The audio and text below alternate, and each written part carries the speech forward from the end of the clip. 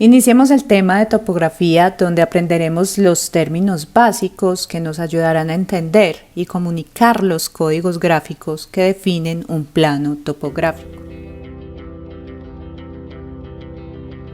Empecemos por las curvas de nivel o las líneas de contorno.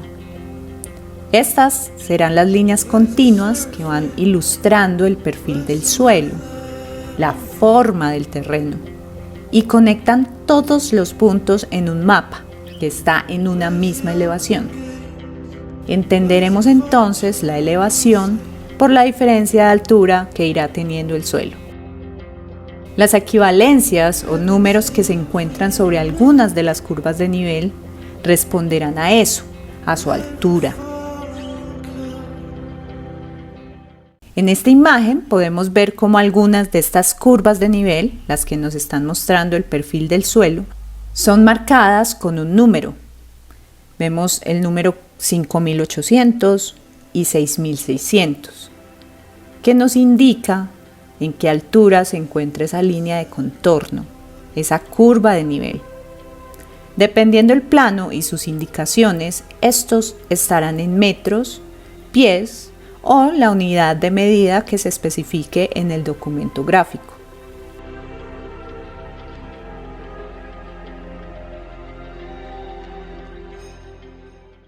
Elevación se entiende entonces por la medida en altura que la curva de nivel tiene sobre el nivel del mar.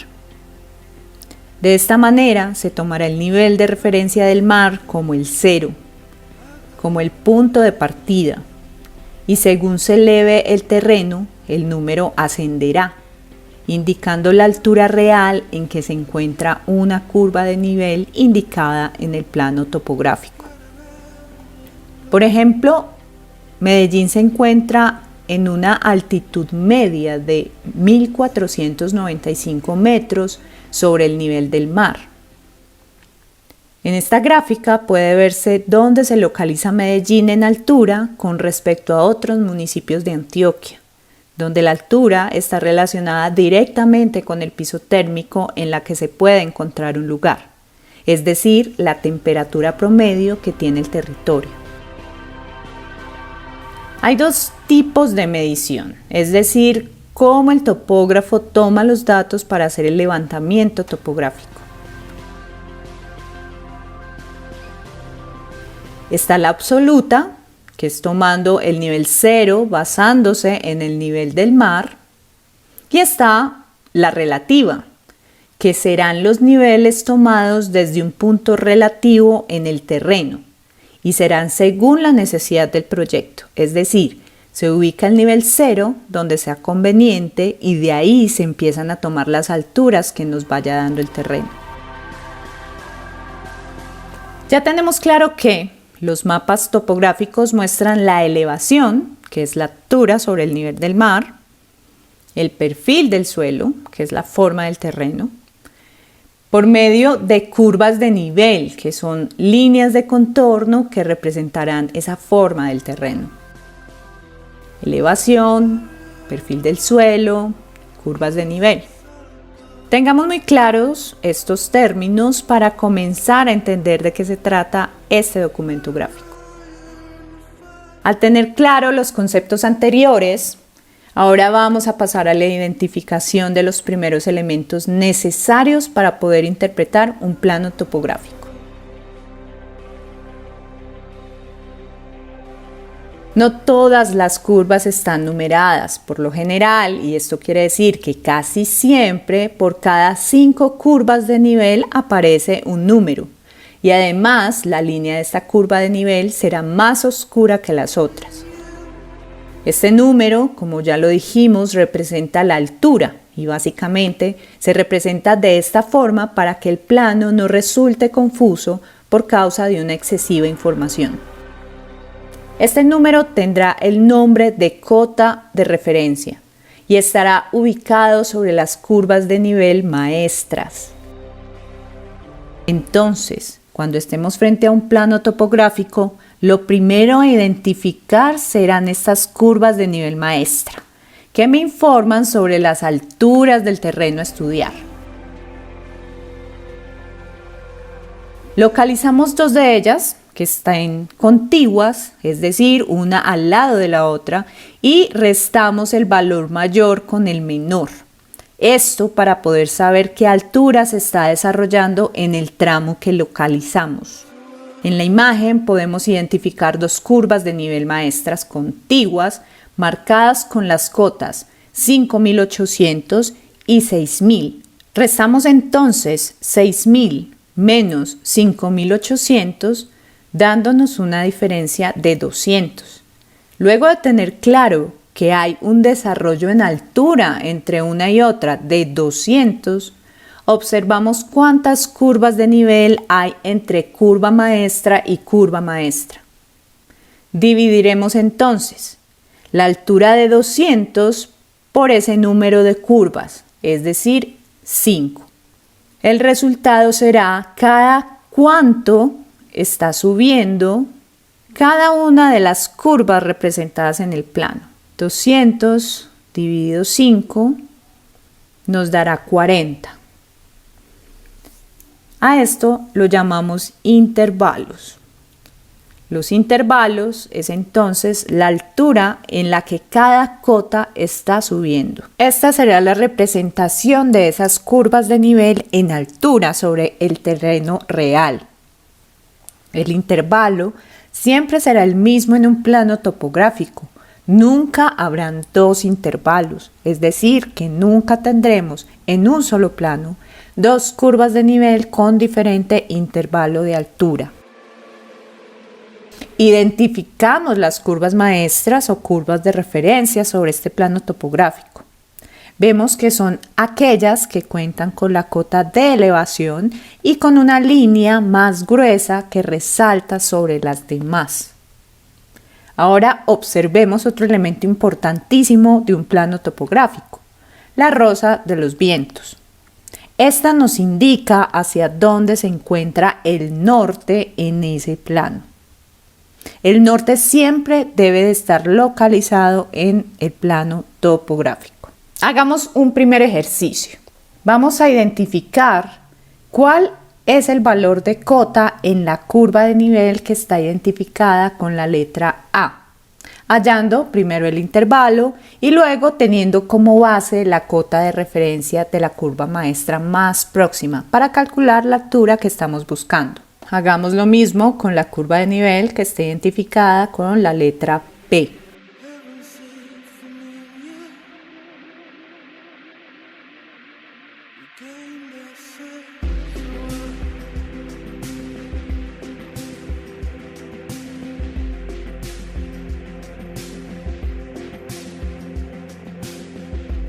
Vamos a tener en cuenta las siguientes premisas para interpretar de manera correcta los planos topográficos. Primero, todas las curvas de nivel que veamos en un plano son cerradas. Esto quiere decir que solo se está representando una parte de esa curva. Tampoco se cortan entre sí, lo que significa que no se montan unas sobre otras. Recordemos que las curvas conectan todos los puntos en un mapa que están en la misma elevación. Esta topografía nos muestra claramente eso. En el plano puede verse cómo la representación de algunas curvas están completamente cerradas, mientras otras aparecen como si siguieran cada una por su lado. Pero la realidad es que estas en algún punto también estarán cerradas. Solo que el fragmento de plano que estamos viendo no permite su representación por la extensión del terreno en la realidad. Segundo, entre más cerca estén las curvas de nivel, más pendiente tendrá el suelo, es decir, que el ángulo del terreno será más pronunciado y a medida que veamos que estas curvas están separándose, significará que esa inclinación irá disminuyendo. Cuando veamos curvas con una distancia considerable entre ellas, pues estaremos hablando de valles y llanuras.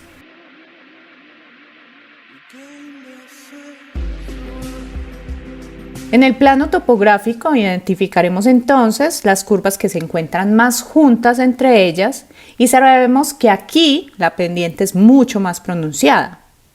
Luego podríamos identificar aquellas que, aunque se encuentran cerca, la distancia entre ellas empieza a ser más evidente y por ende la pendiente del suelo aquí empezaría a ser menos empinado.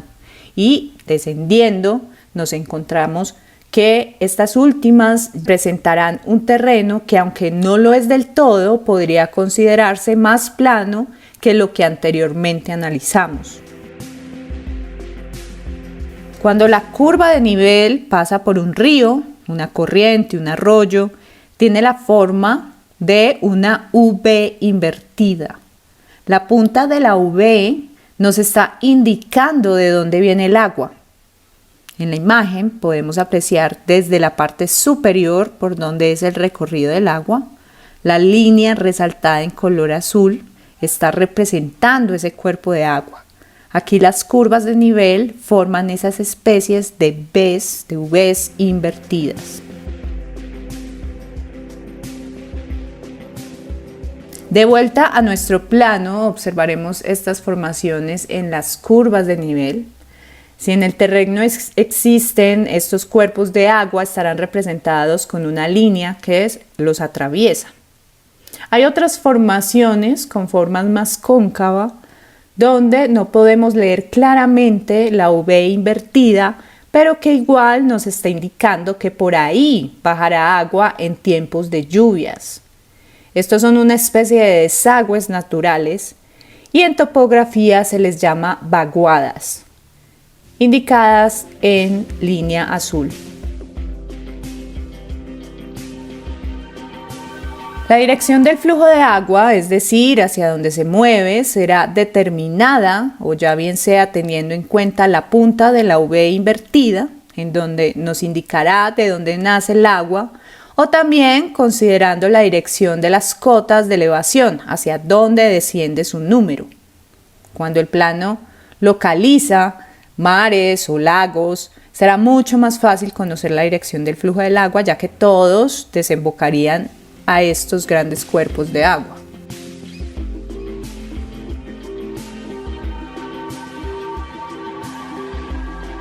Para especificar la dirección de los flujos del agua, se indicaría, según la relación que tenga, con el norte del plano. Si nombramos nuestros cuerpos de agua A, B y C, tendríamos que A, con un flujo dirección suroccidente, B, con un flujo dirección suroriente, y C tendría un flujo dirección suroccidente.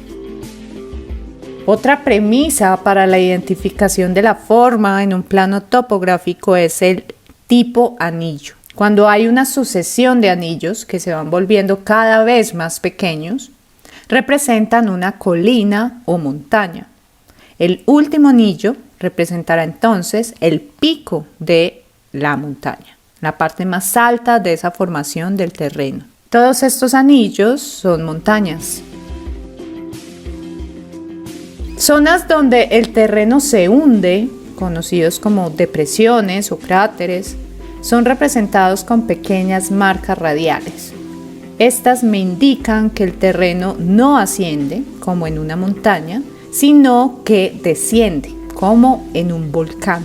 La primera curva de nivel, con este código, tendrá la misma cota de nivel que la curva de nivel anterior a esta. Y el resto, con el código, seguirá descendiendo con el mismo intervalo del resto del plano.